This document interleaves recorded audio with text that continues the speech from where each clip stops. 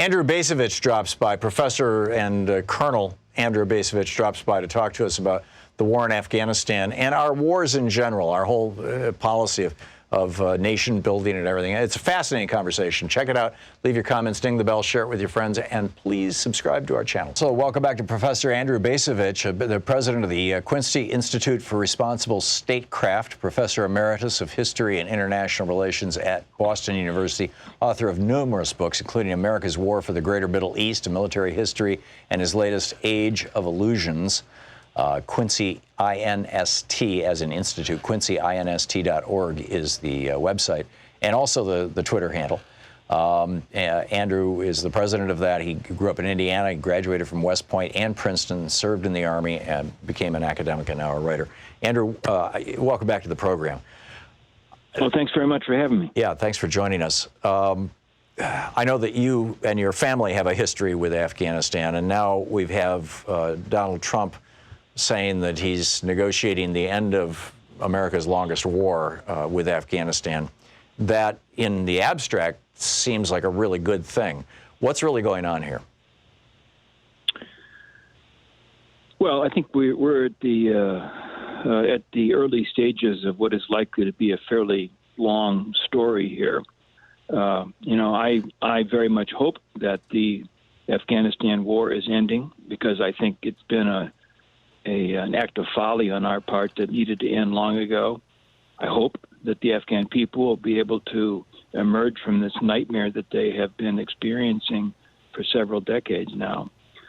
But to me, the most important thing, and I guess I'm speaking from a narrow American perspective, the most important thing here is to realize that we've experienced a profound defeat. The objective of the Taliban all along has been to force foreign troops to leave their country. Right. They are now about to achieve that. They've won, we've lost, and I think there's a tremendous need to reflect on this failure on our part, how it occurred, and what it means. Well, they evicted the Soviets before now they're in the process of evicting us. If we look back at Vietnam, the South Vietnamese, or the Vietnamese rather, evicted the French and then us. It seems to me that the framing on this is wrong. First of all, Mullah Omar had publicly said he would arrest bin Laden and turn him over to a third country for trial if George W. Bush would simply present him with any evidence at all that bin Laden was responsible for 9/11. Bush said, no thanks, we'd rather have a war. We won that war in as much as we took down the Afghan government in a matter of weeks or months at the most. Everything since then has been an occupation. And I would say the same is true of Iraq. Or am I wrong? No, I think you're exactly right. And of course, then you say, well, why did that happen? Why did we change our mission, in a sense? If the object of the exercise was to overthrow the Taliban government, you're right. We did it in a matter of weeks. But then we set out to nation build. Right. We set out to, having removed a regime that we didn't like, we set out to install a regime that would be more to our liking.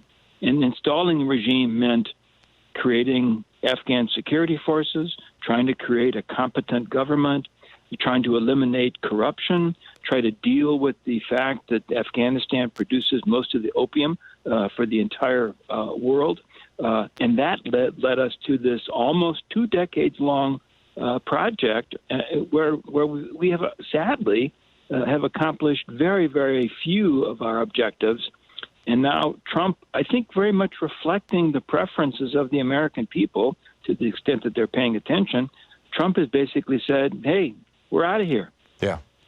And I can't recall any time that the United States has overthrown a government and then had a successful occupation of a country. We've participated in overthrowing governments. So, Allende in Chile, is it Gosadek? What's his name? The guy in Iran that we overthrew, and helped install the Shah. Mossadegh, yes. Yeah, Mossadegh, yeah, and it blew up in our face. We helped put Saddam Hussein in power, as I recall. We helped overthrow a democratically elected government there too. But well, I'm going to disagree with you a little Please. bit, but the disagreement is a telling one. because the way we have chosen to remember World War II is that we achieved regime change in Germany, and we achieved it in Japan, and at least in West Germany, we embarked upon a successful nation-building project, and the same applies to Japan. Mm-hmm. But the key here is that those circumstances were unique. We had to drop nuclear weapons on Japan. Right. We had to virtually destroy Germany in order to create a West German democracy. But political elites, and this is true of people in both parties, I think have used this 1945 outcome as a reference point. By God, if we can build a democracy in Germany, then surely we can build it in Iraq or in Afghanistan. Yeah. And the historical comparison was bogus, and the 1945 example simply has not panned out to anybody's benefit. One of my mentors, who I met in 1978 and who died in his 90s in the previous decade from now, was in the German army, and remembered those times quite well. And in fact, some of the other people, he ran a international relief agency, and several of the other people were of his age, and they had also been in the Hitler Youth, actually. Horst von Heyer, in particular, I got to know him very well. And what they described to me was that Germany basically fell under the thrall of a cult. And in their opinion, the same thing had happened in Japan with this emperor worship, and that it took an absolute and utter political defeat, military defeat, that devastated the country to break the thrall of that cult. And once the cult was broken, that was basically the end of it. And if you were to identify the Taliban as a cult, as a fundamentalist, cult of sorts, we have done nothing close to breaking that cult. Is that analogy? Does that make any sense? Are there any lessons in that? Well, I don't know. I think I throw in, with regard to the examples of Germany and Japan and why they were able to reform, I think I'd throw another factor into the mix, and that's the existence of the Soviet Union. If you were in the western part of Germany at the end of World War II, you had a choice. You can align yourself with the West, aligned with the United States, or you can align yourself with the Soviet Union. Right. Guess what? Easy choice. Same thing applies to the Japanese. Right, China versus us.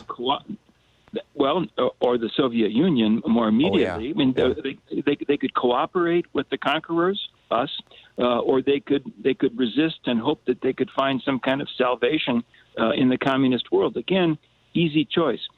Though that notion has not applied in our post 9/11 world, and so the circumstances, the unique circumstances that facilitated transforming defeated Germany and defeated Japan into more or less liberal democracies simply has not existed since then. Right. We repeatedly think we can create a democracy, and we repeatedly fall on our faces. It was true in South Vietnam and.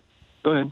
With Germany and Japan, we didn't send our companies over there and our people over there to basically supervise the rebuilding of the country, like we're doing with all these contractors in Iraq and Afghanistan. The Marshall Plan was cash. We gave them cash. And they built their own factories to make their own steel, and they made their own concrete, and they rebuilt their own industry from the ground up, rather than us coming in and saying, we're going to build all this for you like we've been doing in Afghanistan and Iraq. If I believe, correct me if I'm wrong about this. No, I mean, you may be slightly overstating it, but I agree with the basic point, and that is that, why did West Germany make this transition from Nazi rule to becoming a fairly mature liberal democracy by the early 1950s? And the answer is because they willed it. Konrad Adenauer, the first chancellor of the Federal Republic of Germany, pretty much a forgotten figure, I think, as far as most Americans are concerned. He was a great man. He was a great leader. He was determined that in the western part of Germany, that they were going to move beyond the Nazism and embrace liberal values and embrace democracy. So it wasn't so much us doing it to them or for them, but us giving them the opportunity to make a wise choice. I think that happened in the western part of Germany, and actually happened in all of Germany if you fast forward to 1989, and it also happened in places like Japan. Yeah, and also, I mean, you know, FDR was quite explicit about this. If I can just play a real quick clip, I think that there's a huge difference. This is FDR back in the during the war, actually. The opposition in this year has already imparted wait a minute. campaign. Hang on just a second. This is well, okay. I don't want to play the whole clip, but basically he said, "We will not have any war millionaires. I will not tolerate anyone getting rich on slaughter," was his quote. And it seems like the exact opposite has happened with regard to Afghanistan and Iraq. We have transferred probably over $1 trillion to American contracting companies to do things in those countries. That is correct. And this actually, I think, gets to a larger and very important point, and that is, if we look at the experience of World War II, there was an expectation of shared sacrifice in terms of a citizen army drawn from across American society to go fight the war, but also shared sacrifice in rationing and imposing limits on how much money people are going to make out of this war. Right. And those factors have simply, they're long gone. I mean, they disappeared, I think, at the end of Vietnam. And you're right. Somehow or other, we end up fighting wars that offer an opportunity for some people to get very, very rich indeed, while the burden of sacrifice in terms of fighting and fighting and dying is that burden is borne by a very, very small part of American society, and is sure the heck isn't the rich people who are doing the fighting. Yes, we have reached that point. Jefferson said, "I hope I shall never live to see the day when a young American is willing to be shot at for a sixpence." We're there. Professor Andrew Bacevich, thank you so much for being with us today. It's great talking with you. Oh, thanks for having me on. Appreciate it. My pleasure. His most recent book, Age of Illusions. Prior to that, America's War for the Greater Middle East, A Military History.